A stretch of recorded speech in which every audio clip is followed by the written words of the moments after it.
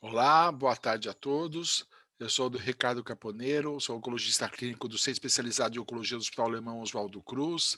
Queria agradecer a todos que estão online pela participação, e queria agradecer já a princípio as nossas convidadas de hoje, a doutora Aline Queiroz Carneiro Canhace, que é oncologista clínica e oncogeneticista, e também a doutora Tassiana Mutão, que é oncologista do mesmo Centro de Oncologia do Oswaldo Cruz, que estão aqui para mais um evento do Outubro Rosa, para falar hoje sobre mitos e verdades sobre o câncer de mama, né. É um prazer estar aqui com vocês. Obrigado, Aline, obrigado, Tassiana, pela presença. A gente está aberto para perguntas, então fique à vontade de mandar as perguntas pelo chat. A gente vai tentar responder todas na medida que for possível. Vamos começar então em ordem alfabética, né? Então vou começar pela Aline, né? A Tassiana já está acostumada, o T sempre é o último da fila, né? Então começar pela Aline e perguntar para a Aline uma coisa muito importante, né? Que a gente vem falando assim, muita gente hoje fala que câncer é sempre genético, né? Então acho que é importante a gente saber, antes da gente começar a nossa conversa, qual a diferença entre um fator genético e um fator hereditário? Boa tarde, boa noite a todos, agradeço o convite. Na verdade, todo o câncer ele é genético, né? Porque ele vem de uma divisão celular errônea, né? Que daí vem todo aquele processo da carcinogênese, que é a transformação daquela célula por uma divisão acelerada e uma divisão errada. Agora, somente uma pequena parcela dos tumores, né, dos cânceres, que são sim de origem hereditária, que é uma alteração que você herda ou da linhagem materna ou da linhagem paterna, né? E que isso vem ali de geração para geração, né? Em que você tem, na grande maior parte dessas síndromes, 50% de chance de estar passando para os seus descendentes aquela mesma alteração que foi encontrada naquela família, vamos dizer assim. Muito bom. É verdade, então, que a gente, do câncer de mama, sempre tem um fator genético? Na verdade, todos os tumores têm esse fator genético, né? Que a divisão celular ali é errônea. O fator hereditário para todos os tumores, uns mais, outros menos, né? Que você tem essa pequena parcela de 10 a 20% que é de origem hereditária, né? Por exemplo, o câncer de mama, 10% dos tumores de câncer de mama tem esse componente hereditário. Já os tumores de ovário, ele tem uma porcentagem maior, que varia de 20 a 25%, tá? Na população, que são, sim, de origem hereditária. Ótimo. Vamos mudar então um pouquinho agora para a Tassiana, né? A Aline falou que só uma porcentagem pequena que tem alterações hereditárias, que são transmitidas e podem estar relacionadas com uma das causas, não é a causa direta, mas aumenta o risco de câncer de mama, né? Então a gente tem hoje quase 66 mil casos novos de câncer de mama no Brasil, então aparentemente 10 a 20% no máximo são relacionados à história familiar. Quais são os outros fatores de risco para câncer de mama? Tá. Primeiramente, boa tarde a todo mundo que está acompanhando a gente. A gente está, assim, essa live é muito para a gente falar a importância da gente sempre lembrar de fazer todo o processo de tanto da mulher lembrar todo ano que ela tem que fazer os exames e o porquê que a gente está nessa prevenção, nesse diálogo todo do câncer de mama nesse mês de outubro, né? É uma campanha mundial muito voltada na prevenção. E o porquê? Porque a gente tem muitos fatores de origem genética, mas tem uns fatores que no dia a dia a gente consegue tentar evitar. Um deles é a obesidade. Então, o paciente, na expectativa de reduzir peso, então, atividade física. Então, isso a gente pode tentar mudar na nossa rotina. Uma dessas também é a questão da alimentação. Então, uma dieta mais saudável, uma rotina de exercício físico, evitar o sedentarismo, a obesidade. Então, tudo isso a gente consegue diminuir os fatores de risco, né? Além disso, o alcoolismo, a parte do etilismo, isso pode contribuir, era um fator de risco a mais. Então, no dia a dia, de conseguir reduzir a ingestão de bebida alcoólica é uma possibilidade de reduzir o risco de câncer de mama. E o tabagismo também é um dos fatores de risco.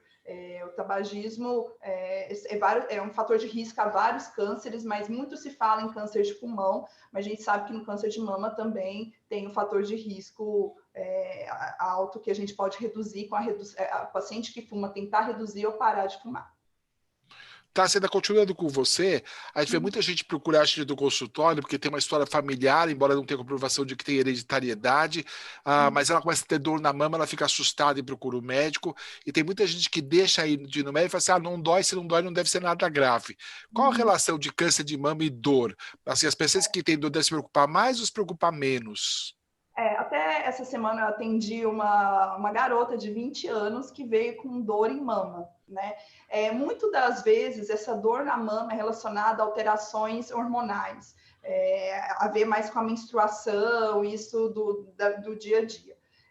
Mas, assim, o câncer de mama, ele pode começar indolor, porque ele começa mesmo com microcalcificações, é muito pequeno, não é que ele vai doer naquele momento.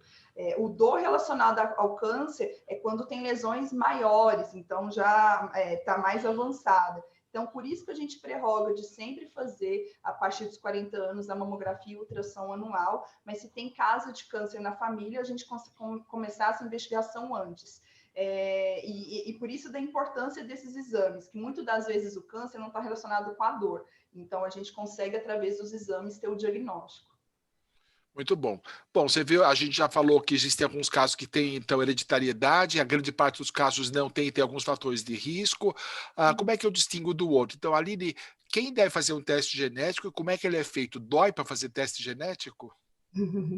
Não, não dói, é um exame indolor, né, em que a gente é extraído o DNA daquele paciente que nos procura, ou da saliva ou do sangue.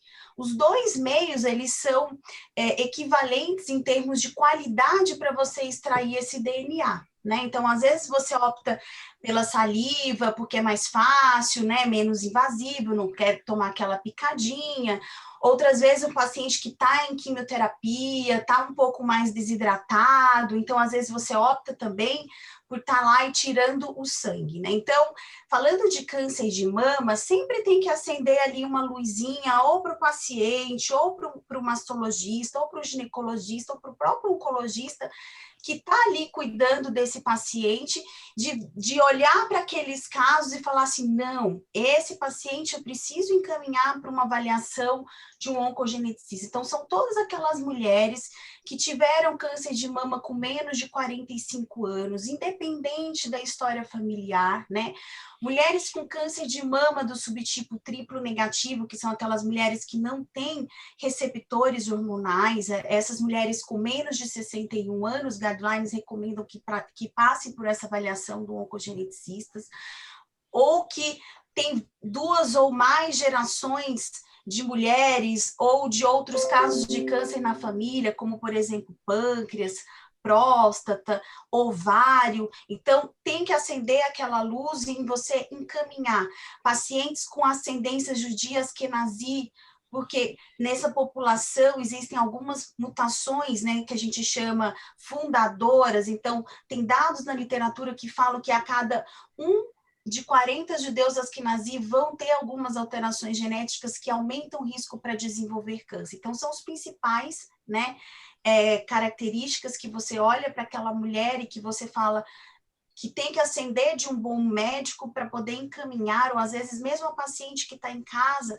que se identifique um desses casos, né, que procure, né, discuta o caso com o seu médico assistente para que possa encaminhá-la para essa avaliação.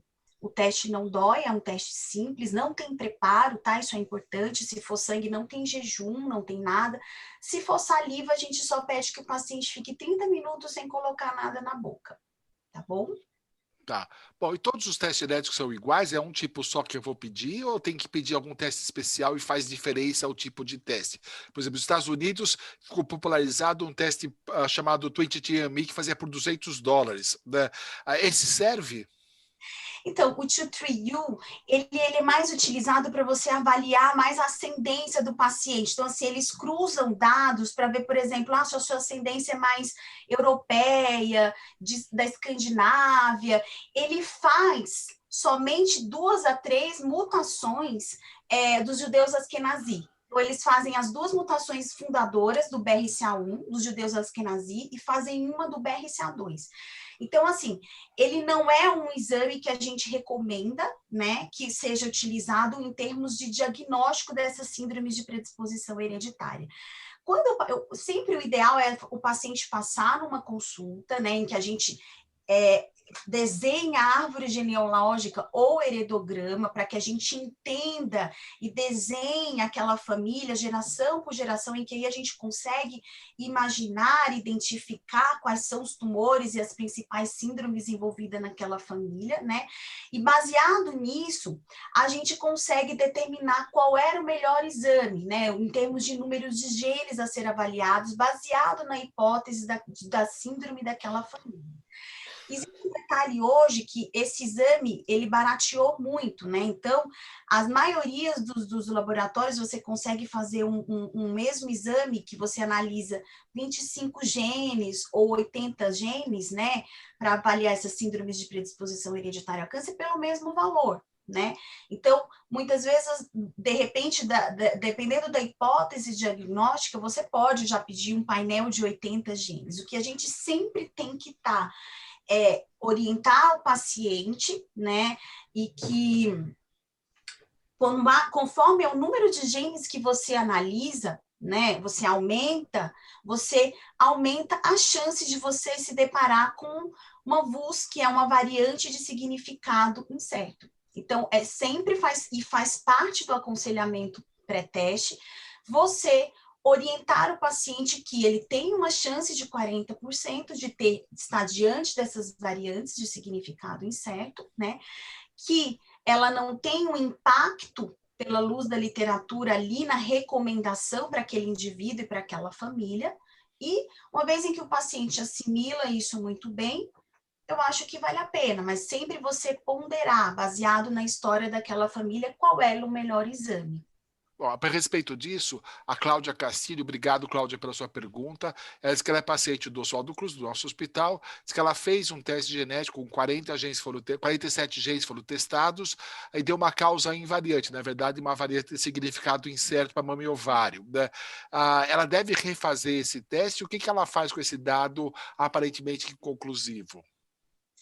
Então, esse exame, ele não precisa ser repetido, né? Se você fez um exame num bom laboratório, o médico que atendeu está bem tranquilo em relação à qualidade desses testes, ele não precisa ser repetido, né? Porque o paciente nasceu com aquela informação genética.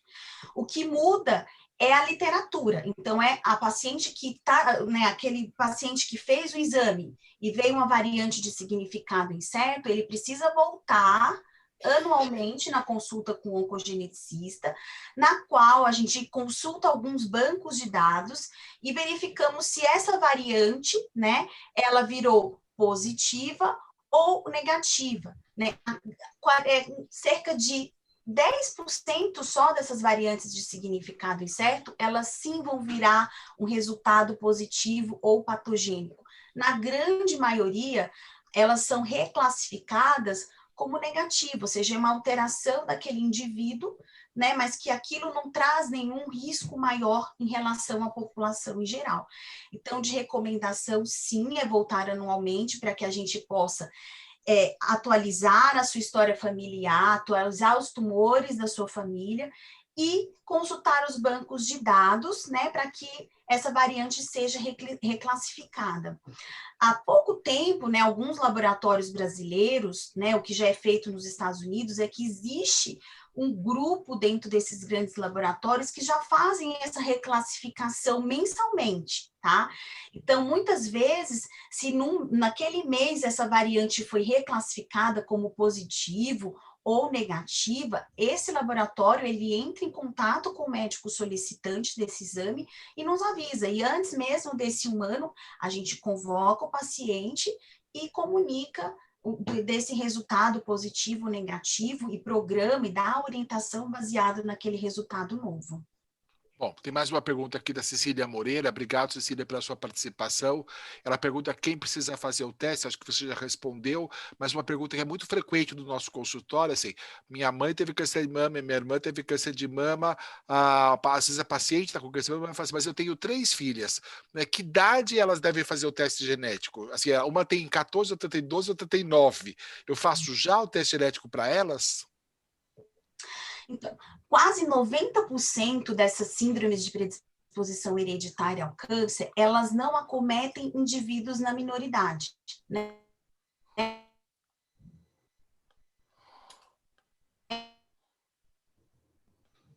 Com algumas raras exceções, com o indivíduo tende a ter câncer é maior que a população em geral, é a partir de 18, 20 anos. Então, a gente, inclusive, mesmo encontrando um teste positivo naquela família, a gente não recomenda que esse indivíduo menor de 18 anos seja testado. Por quê? Porque isso não vai causar nenhum impacto. Ele não vai entrar num programa de rastreio mais intenso, né? Por quê? Porque o risco dele é maior somente a partir dos 18 anos. Isso gera todo um impacto para aquela família, né? Psicológico, tanto para aquela mãe quanto para aquela criança.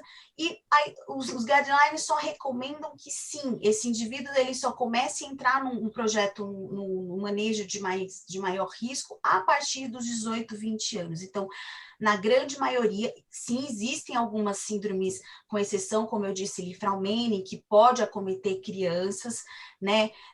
As poliposes adenomatosas familiares, em que podem sim acometer, os NEM2, mas isso, quando a gente está diante daquele gene alterado, a gente orienta a família. Muito bom. Bom, vamos acordar um pouquinho a Tassiana. Tem uma pergunta da Márcia Nunes Corsi. Muito obrigado, Márcia, pela sua participação. E ela pergunta se a idade tem influência negativa ou positiva no prognóstico do câncer de mama. O que a gente vê muito câncer de mama em pacientes jovens, eles tendem a ser um pouco mais agressivos. Então, dependendo... Para a gente ficar um pouquinho mais claro, o que você chama de jovem? Ou seja, eu sou super jovem.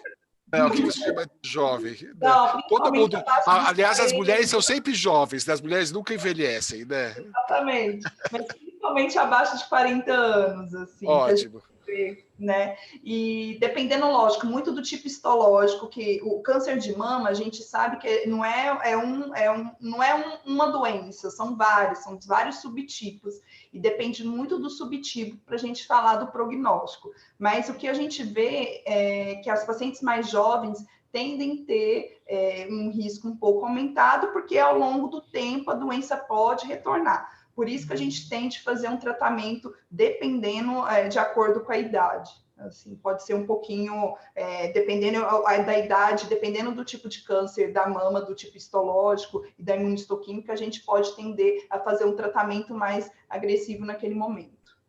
Né, bom, doutor Caponel? Isso, vamos supor assim, você mandou uma paciente para a Aline fez o teste genético e veio uma mutação patogênica, uma mutação associada ao câncer de mama. Né? O que você faz com esse dado? Todo mundo precisa fazer cirurgia tipo Angelina Jolie? Ou quais são as opções que você pode dar para a paciente que vem com teste genético positivo? Não, essa é uma das principais perguntas, assim, vamos supor, o paciente tem o diagnóstico de câncer de mama e a gente sabe que ela tem a mutação, principalmente a mais comum, BRCA1, BRCA2, né? Então, principalmente isso vai depender do tamanho, de como o tipo também que a gente fala... da imunistoquímica. Então, dependendo, a gente consegue fazer uma quimioterapia antes da cirurgia e pode acrescentar uma medicação a mais na tentativa de dar uma maior resposta nesses tipos de pacientes. E quando tem esse tipo de mutação, a gente pode discutir em conjunto, tanto com a parte da oncologia genética, tanto com o cirurgião, se a gente pode fazer a adenomastectomia, a retirada das 2 mamas, quando tem esse tipo de alteração genética. A gente leu que tem algumas substâncias químicas que podem proteger do câncer de mama, né? A tamoxifeno, hexamestano, tem comprovação. Uma paciente que tem alteração genética, você acha que isso é uma opção significativa e a gente deve usar? Ou aquela que tem mutação genética, eles não funcionam? Então, Não, assim, aí depende. Aí ela está com um diagnóstico de câncer? Não, ela só tem a Não. mutação, né? Só tem a mutação, aí só tem história familiar. Não, ela pessoalmente não tem Então, nada. assim, a gente sabe que quem tem a mutação na família, vamos supor que a paciente tem a mãe que teve um câncer de mama, estudou nela, teve uma alteração genética, e estudou na filha, e ela possui, mas ela não desenvolveu o câncer de mama ainda. É nesse cenário que a gente está falando, né? Isso. Então, o que a gente pode pensar é, essa paciente que tem a mutação, ela, dependendo da idade, a gente tem que fazer com que ela faça maiores, os exames os exames preventivos, né, corretamente, e cada vez mais de próximo, tanto ultrassom de mama, mamografia, e dependendo da alteração, a gente pode utilizar essa medicação como tipo uma profilaxia, mas não é muito, depende muito da alteração mamária. Se a mama está tudo bem, dependendo, a gente só vai acompanhar de perto. Aline, você quer acrescentar alguma coisa nesses segmentos, assim, para os familiares? Nesse sentido do uso do tamoxifeno, existe sim dados na literatura, né, do uso do tamoxifeno como quimioprevenção, né? Na prática, a gente utiliza muito pouco, né? Quando a gente conhece aquele indivíduo que tem uma alteração genética, o seu risco é aumentado em relação à população em geral, geralmente a gente utiliza desses exames, né? Que a gente chama de screening de alto risco, né? Em que o paciente ou ele tem a opção de fazer a cirurgia redutora de risco, a depender do gene que foi encontrado. Então, tem aquele gene e que o risco é acima de 80%, né? Sendo que todas as mulheres têm um risco de 12,5 ao longo da vida, então você aumenta ali cerca de 8 vezes o risco daquela mulher. Então você pode sim discutir essas cirurgias a depender do gene, porque tem gene, por exemplo, o ATM, né? Um exemplo. O ATM ele aumenta o risco da mulher de 12,5 para mais ou menos 28%. Então não é um aumento tão significativo, né? Geralmente, o paciente que tem mutação de ATM, tem câncer de mama, ele não é só aquela causa hereditária que foi o fator causal daquele câncer naquela mulher. Então, você tem que discutir caso a caso, depende do gene que veio essa alteração. Você pode estar utilizando do tamoxifeno, na prática a gente não utiliza tanto, a gente utiliza mais o rastreio de alto risco, igual a Tassiana comentou, que muitas vezes é você intercalar ressonância de mama com a mamografia. E uma coisa que é importante sempre salientar, que aquelas mulheres que optam junto com o seu, né, com a sua rede de assistência, o seu mastologista, oncologistas, pelas cirurgias redutoras de risco, é que o nome já fala, a cirurgia ela é redutora de risco.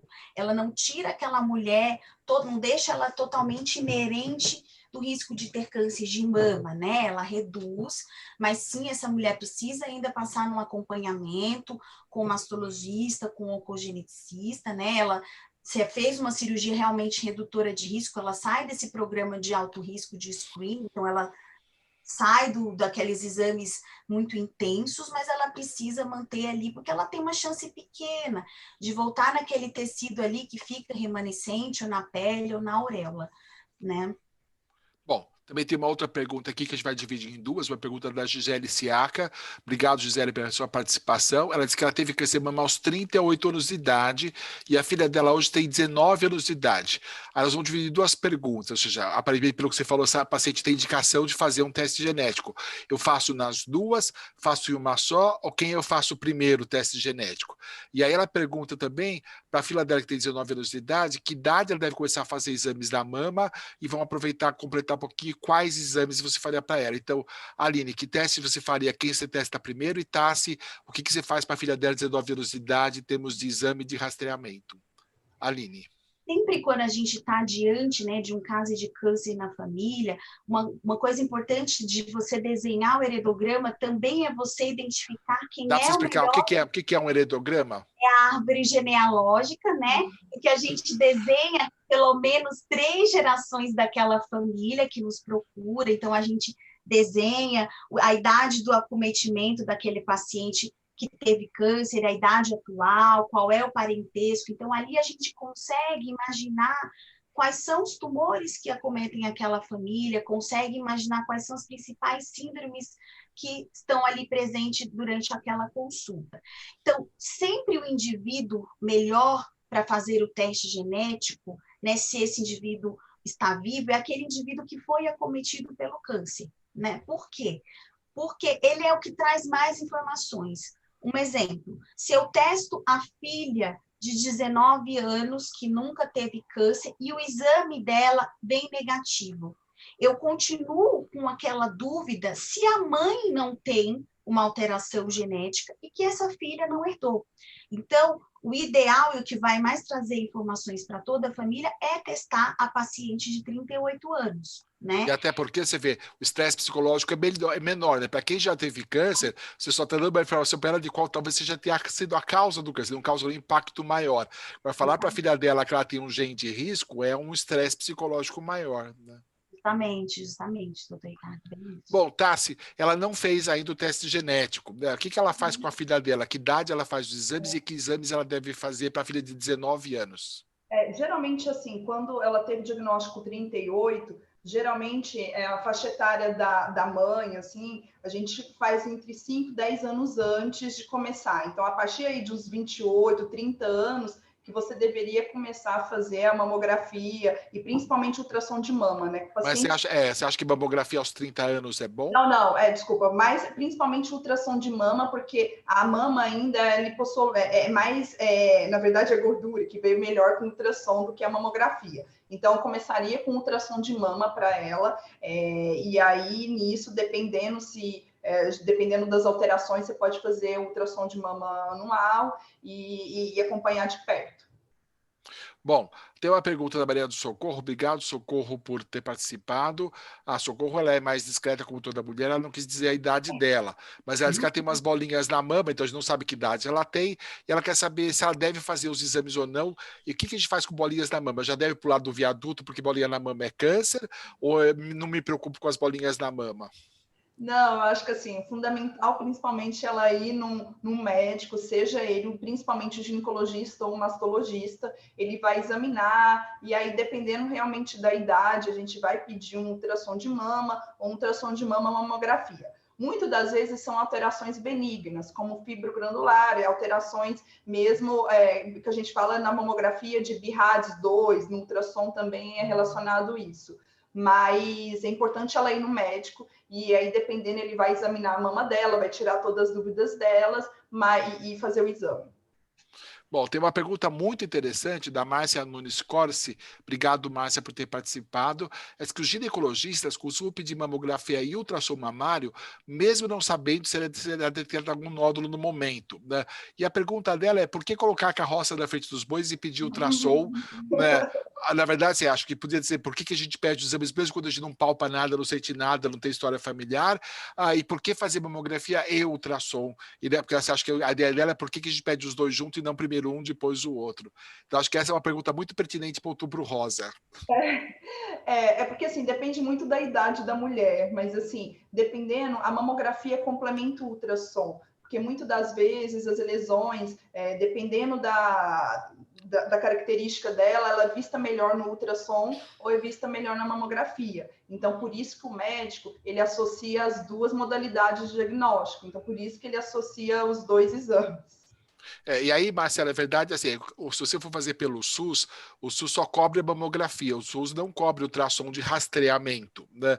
E aí, muitas vezes, a paciente traz a mamografia, o médico fica na dúvida com uma lesão, se ela é sólida ou se ela é cística, e ele pede em seguida o ultrassom. Ela demorou 3 meses para marcar a mamografia, demora mais 3 meses para conseguir o ultrassom. Então, assim, quando você tem acesso, com as pacientes que têm plano de saúde, para ganhar tempo, os médicos já pedem as duas coisas, até porque o ultrassom de mama é indolor e relativamente inócuo, né? Então acho que por isso que eles se adiantam e grande parte das vezes o exame veio normal, a gente fica muito feliz com o exame veio normal, a gente torce para que a vida inteira o exame dê normal, né? E aí, na verdade, o que a gente está procurando são aquelas lesões não palpáveis, né? Então quem tem mama grande, tem dificuldade de diagnóstico e a gente tem uma chance de cura maior nos tumores menores do que 1 centímetro e que numa mama grande, tumor profundo, nem sempre é palpável, então a gente não vai esperar ter sintoma. O exame de rastreamento faz parte da conduta normal para toda paciente paciente assintomática, aí mais ainda se é uma paciente que tem alterações genéticas, como a Aline descreveu, e que não está fazendo uma cirurgia de prevenção. Ou seja, essa paciente talvez até precise de um rastreamento mais próximo, ou até uma ressonância magnética, além do ultrassom e mamografia. Então, assim, é claro, assim, é um estresse a mais. Você sabe que precisa fazer 2.000 mamografias da população assintomática para achar um câncer de mama, né? Ou seja, para 1999, a gente pretende não achar absolutamente nada. Mas para essa uma que você vai achar, isso faz muita diferença, né? Sim. Bom, voltando para a Aline, a gente falou que tem uma parte que é genética, uma parte que é ambiental, uma parte que combina os dois, né? E aí, já juntando todas as perguntas, existem dúvidas se anticoncepcional causa câncer, outros fatores ambientais, se produtos de beleza, uma batida forte na mama. O que é mais importante, né? Porque assim, tem gente que tem alteração genética e vai passar a vida inteira, vai morrer e a alteração genética não vai se expressar. Eu posso acordar o gene com alguma dessas substâncias químicas ou alguma coisa que eu faço, ou é independente do que eu faça, e qual dos dois fatores é mais importante, o genético ou ambiental? Então, uma excelente pergunta, doutor Ricardo. Eu sempre explico para aquelas pacientes, né, que são portadoras dessas heranças, né, herdadas na família, que você nascer com uma variante patogênica ou ter um gene alterado, em que seu risco é maior que a população em geral, não é uma sentença que você vai ter câncer, né?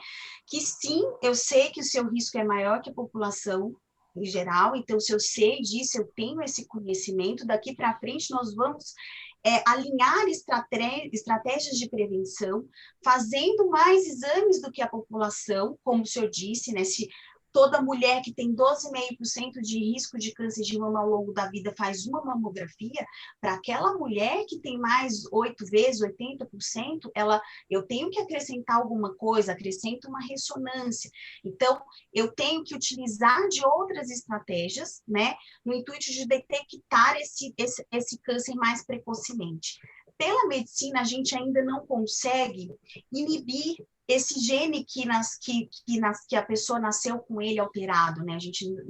A medicina não consegue ainda fazer, mas você fazendo mais exames, você consegue detectar aquela lesão mais precocemente, muitas vezes curar, né? Eu acho que é tudo uma questão de equilíbrio, né? Muitos genes, eles não são a única causa do câncer, então é importante sim você estar com peso, com peso ideal, é importante sim fazer exercícios físicos, eu brinco, às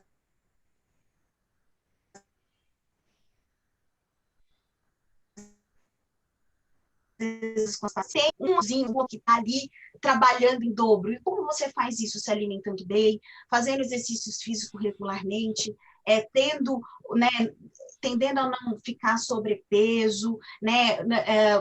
Passar protetor solar, ir num dermatologista uma vez por ano para detectar aquelas lesões de pele precoces. Então, eu acho que é uma soma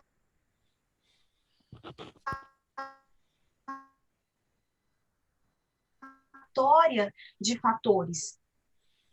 Bom, a gente está falando de ganhar tempo, pedir um combo já de mamografia e ultrassom, e aí a Cláudia Castilho, obrigado, a Cláudia, por ter participado, resolveu deixar a gente numa sinuca. Ela pergunta por que o teste imunohistoquímico já não sai com o resultado da biópsia para ganhar tempo. A gente já falou que ganhar tempo é importante, né?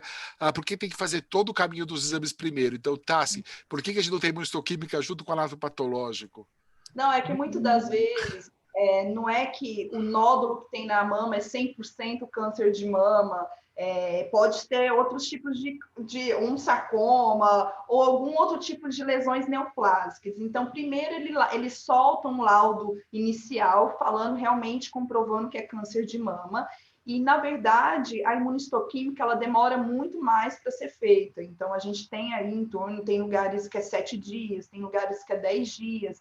Então, primeiro ele solta uma prévia, mas depois faz a imunistoquímica.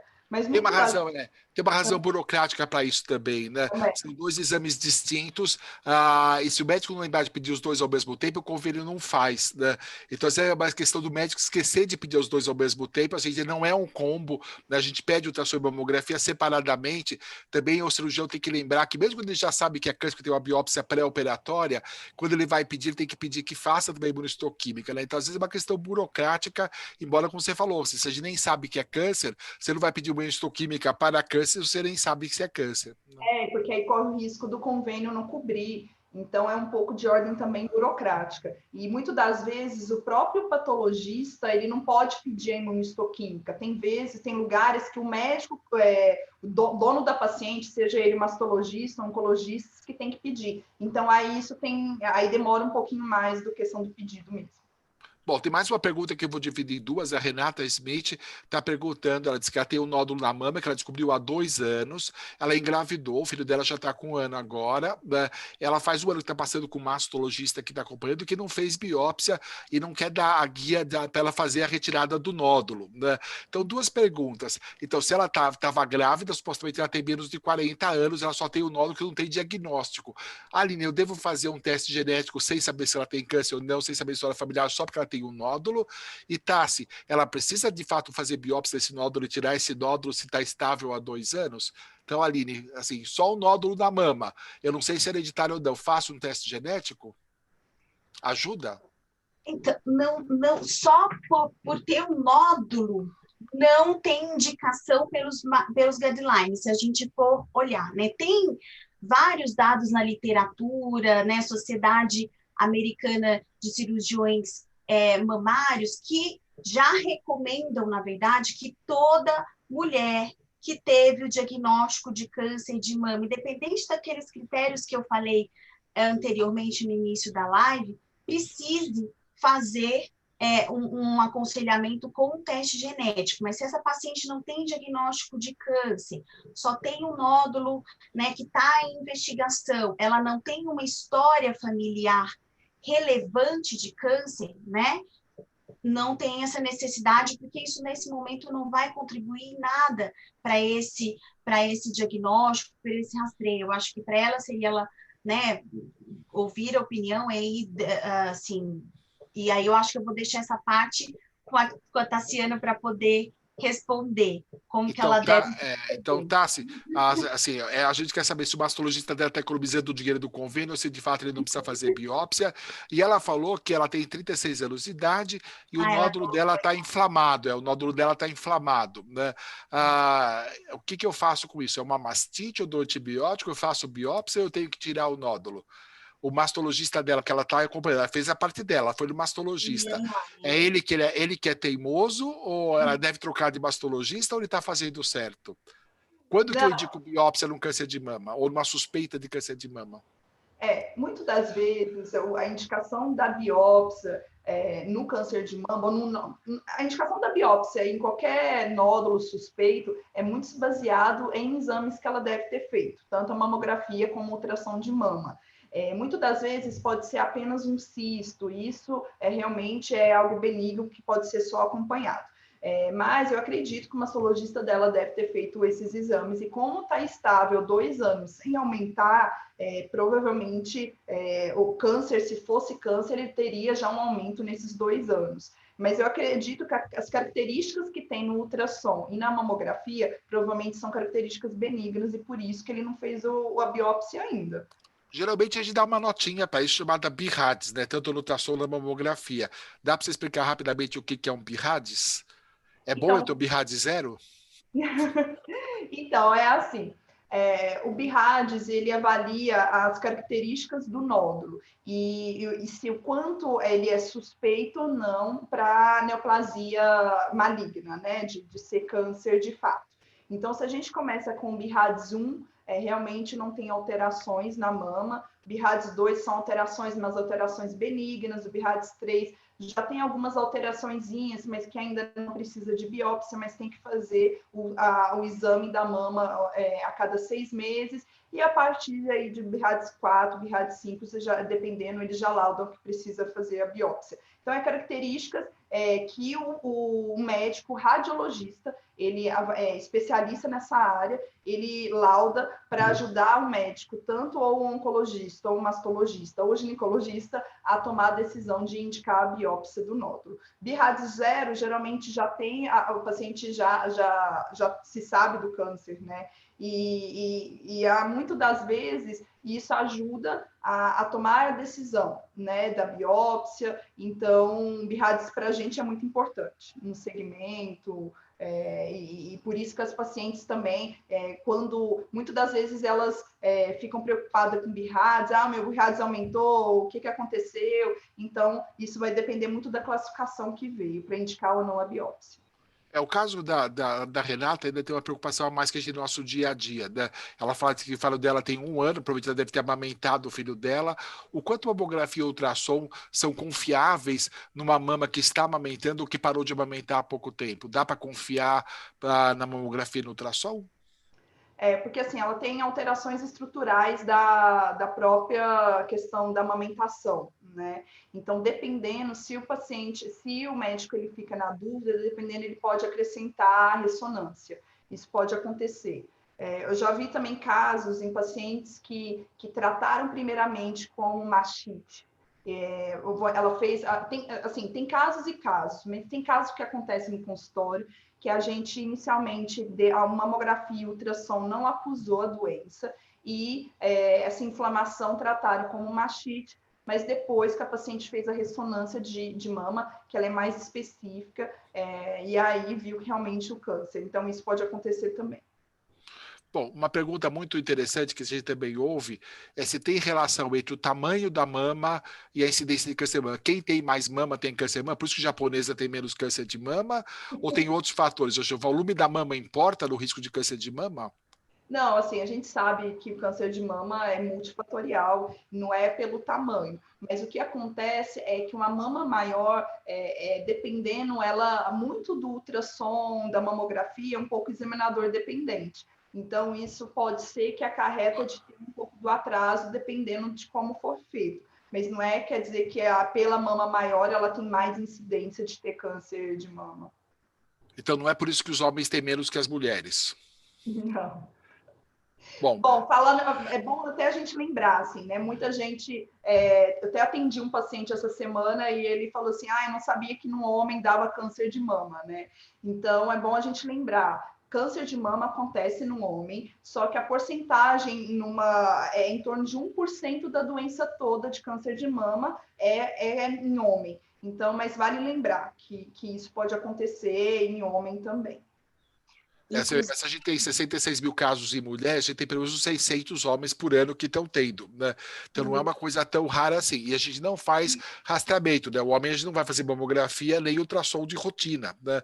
Não existe recomendação, não sei a palpação. Mas, Aline, você queria falar alguma coisa sobre isso? Dentro daquelas recomendações de quem precisa fazer um teste genético, entra aí todo homem com câncer de mama, independente da idade, independente da história familiar, sim, precisa passar por uma consulta de aconselhamento genético pela própria raridade do tumor. Igual a Tassiana bem pontuou, ele é geralmente 0,81%. Então, se você está diante de um caso de câncer de homem na família ou daquele paciente que te procura, tem que acender aquela luzinha de encaminhar para fazer esse aconselhamento pela própria raridade.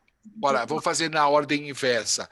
Eu tenho uma família com uma história familiar de câncer de mama e ovário, você fez o teste genético, é uma mutação patogênica do BRCA2, mas essa paciente tem um irmão, né? O que eu faço para esse irmão? Eu testo ele também para BRCA2, ou o que eu mudo na avaliação desse irmão daqui para frente? Então, eu faço mamografia, ultrassom, o que eu peço de exames e o que eu faço com ele?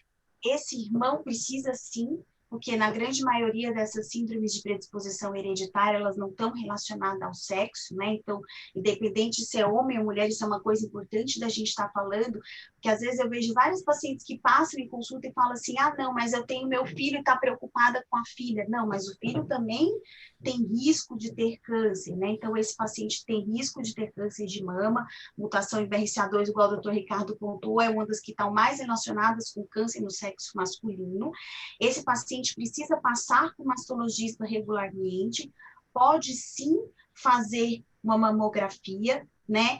E fazer o exame físico regular com um bom mastologista. Além disso, indivíduos portadores dessa alteração genética têm um risco para melanoma, então precisa fazer um rastreio para câncer de pele e para próstata, né? Em que você antecipa aí cerca de 5 anos o início do PSA. Então, se todo homem inicia o rastreio do câncer de próstata aos 45, esse indivíduo que tem um risco maior que a população em geral, tá? Ele começa a fazer aí o PSA aos 40 anos. Então, não são síndromes relacionadas ao sexo.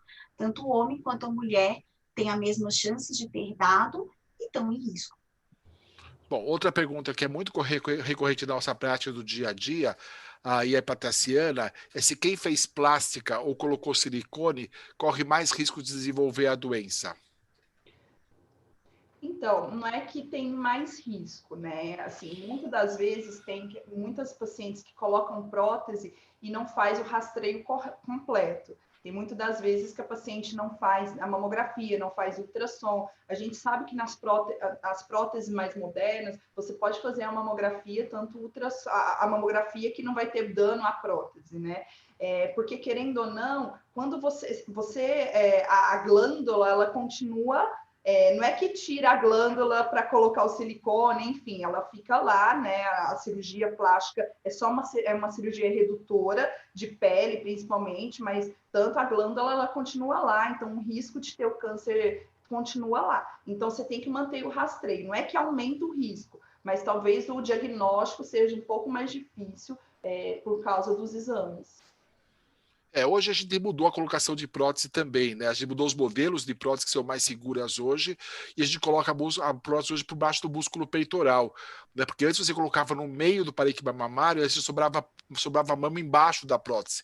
Agora que eles colocam as próteses embaixo do peitoral, às vezes até fica mais fácil para fazer a mamografia, porque a prótese empurra a mama para frente, ela fica melhor representada na radiografia, né?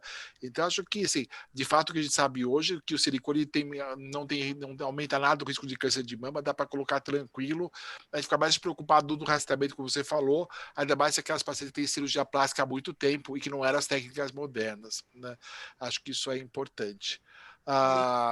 Tem uma pergunta aqui da Priscila Rodrigues de Mello. Obrigado, Priscila, por ter participado. Ela disse que está tratando o câncer, tem 42 anos de idade, ela fez o teste que veio negativo. Meu filho tem risco de ter câncer de mama também, ou outro tipo de câncer. Então, ela teve câncer de mama jovem, aos 42, fez o teste que deu negativo. O risco o risco do filho dela é maior do que a população geral só por ter história familiar, ou depende de ter um teste genético positivo, em Aline? Aí a gente tem que avaliar a história do pai, né? Porque essa herança você herda 50% da mãe e 50% do pai. Então, eu teria que olhar quais são o histórico de câncer do lado paterno para ver a herança que vem desse pai, né? Agora, num cenário em que do lado paterno não tem nenhum caso significativo de câncer, né? Seja mama ou outros tumores. A princípio, né, uma paciente que teve um câncer jovem aos 42 anos, né, com um teste genético negativo, a gente sempre tem que se perguntar, será que eu estou diante de um resultado verdadeiramente negativo? Será que esse exame realmente é negativo? Então, a gente tem que analisar alguns outros fatores. Por exemplo, existe um outro familiar do lado da mãe que teve câncer? Talvez avaliar esse outro familiar com câncer, eu digo avaliar, fazer um teste genético e ver se ali não tem alguma alteração genética, por exemplo, numa tia dessa paciente de 42 anos, numa prima, se eu acho uma alteração genética ali em um outro membro do lado materno, eu descobri, a gente brinca o bandido daquela família. Eu tenho mais um dado de que realmente esse teste dessa paciente ele é negativo. Né? Então, são vários outros critérios. Às vezes, a gente, para tentar exemplificar melhor, às vezes a gente tem várias gerações de casos de câncer de mama numa família, eu testo todo mundo vem com resultado negativo.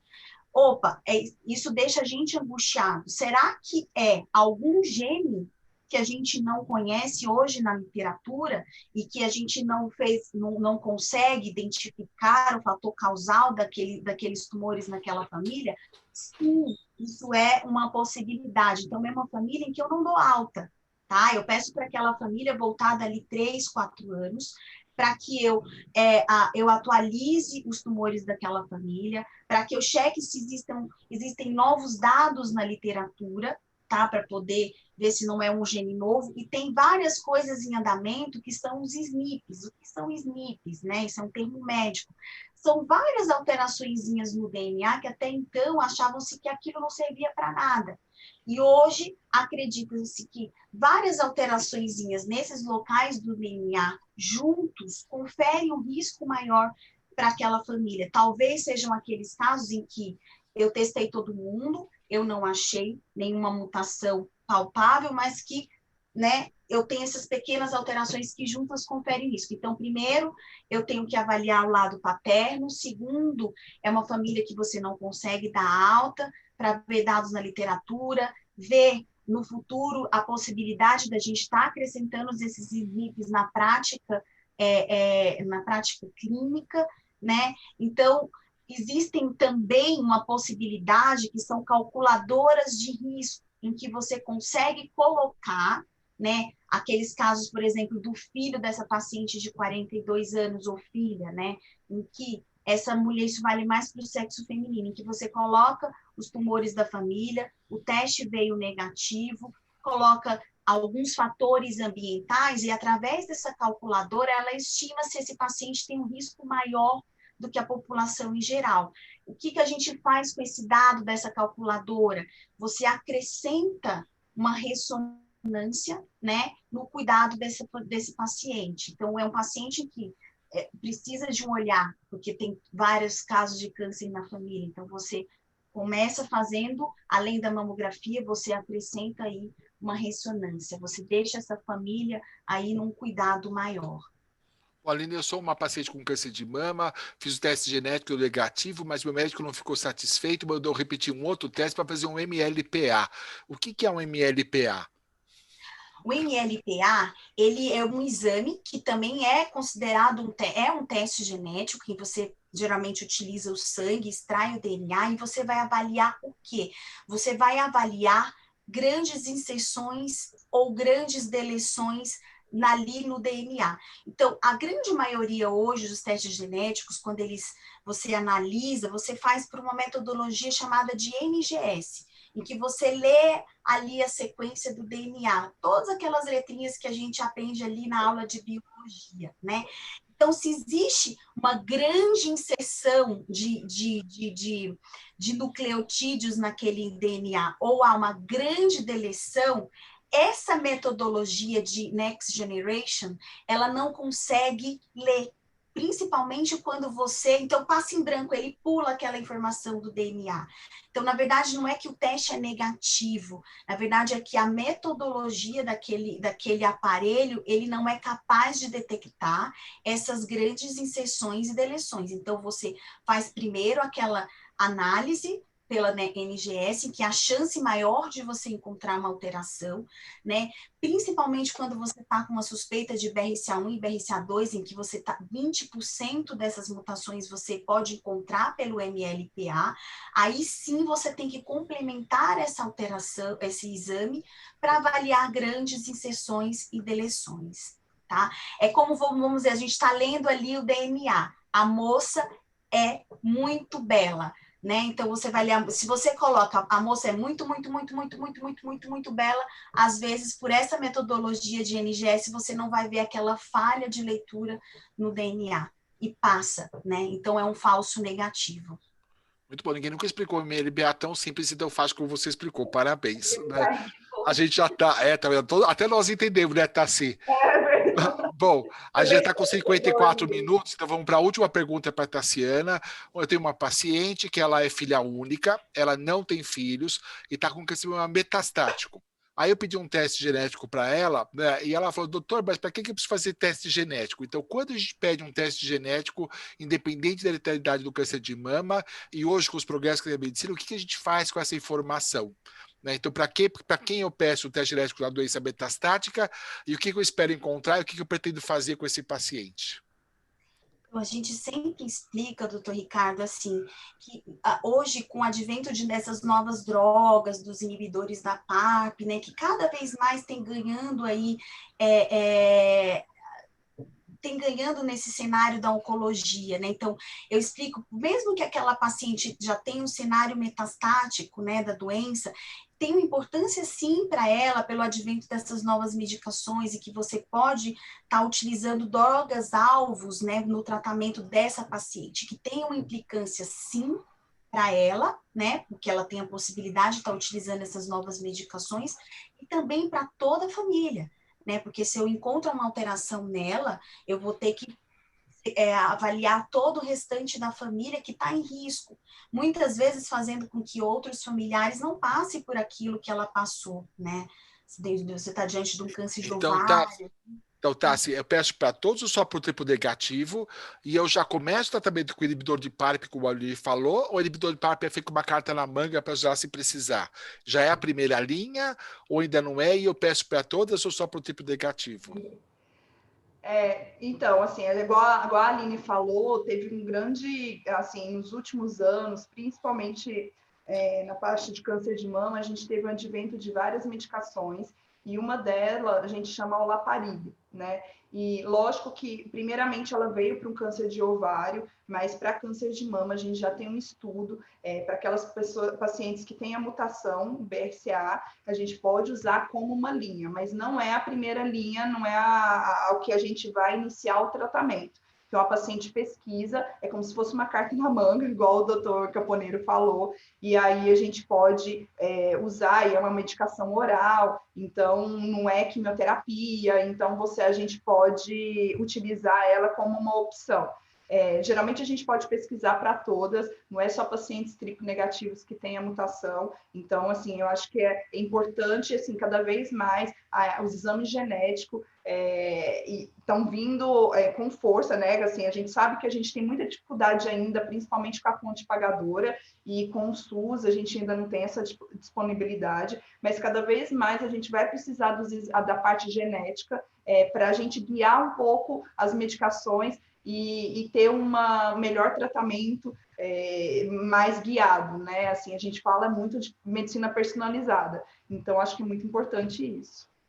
Bom, obrigado pela participação de vocês duas, acho que foi brilhante, a gente poderia fazer mais umas 15 perguntas ainda, mas a gente está chegando no nosso limite de tempo, então eu queria agradecer a todos os participantes, principalmente aqueles que fizeram pergunta aqui no nosso chat, dizer que esse conteúdo vai ficar gravado e pode ser assistido no site do hospital, no Facebook, no YouTube do hospital, é só procurar o Hospital Oswaldo Cruz, vocês vão achar, e se tiver alguém tiver mais alguma pergunta que não deu chance de fazer aqui, hoje não pôde responder, ela pode ser feita pelo próprio Facebook, vai ser encaminhada para um de nós, para a gente responder para vocês. Aí tem exatamente 2 minutos, 1 minuto para cada uma fazer as suas considerações finais. De novo, pela ordem alfabética, começando pela Eline. Em 1 minuto, o que você pode falar mais para a gente? Eu acho que a oncogenética, ela me fascina nesse sentido da prevenção, né? Muitas vezes você detectar aquela alteração naquela família e você muitas vezes fazer com que outras gerações não passem por tudo aquilo que aquele indivíduo que teve às vezes um câncer de ovário metastático, você consegue sim prevenir. E o Outubro Rosa vem disso, né? De alertar todas as mulheres quanto à prevenção. Agradeço a comissão organizadora, doutor Ricardo e a Tassiana pelo convite. Foi um prazer estar aqui hoje com vocês. Se suas considerações finais em 1 minuto. Eu não roubei, hein, Tassi? Bom, como oncologista, assim, a gente fica feliz que nos últimos anos a gente vê que cada vez mais está tendo mais linhas terapêuticas. Mas, lógico, eu acho que o Outubro Rosa ele vem muito para lembrar o quanto a gente tem que pensar na prevenção de riscos, principalmente modificáveis. Lógico, a gente tem um dia a dia que a gente pode mudar e tentar ser mais saudável, e também lembrar da mulher de fazer o rastreio. E aí, lógico, a gente pensa no futuro, cada vez mais diminuir a incidência do câncer de mama e ter uma detecção mais precoce, que faz com que os tratamentos sejam cada vez mais curativos. Então, queria agradecer ao Dr. Caponeiro, à Aline, acho que foi ótimo, acho que a gente consegue esclarecer bem com essas lives, e obrigada pelo convite. Bom, obrigado a vocês dois pela participação, obrigado a Analu por toda a organização, obrigado pela comissão técnica por ter feito essa transmissão tão bem e tão tranquila, e até uma próxima. Obrigado, boa noite a todos. Obrigada, viu? Tchau.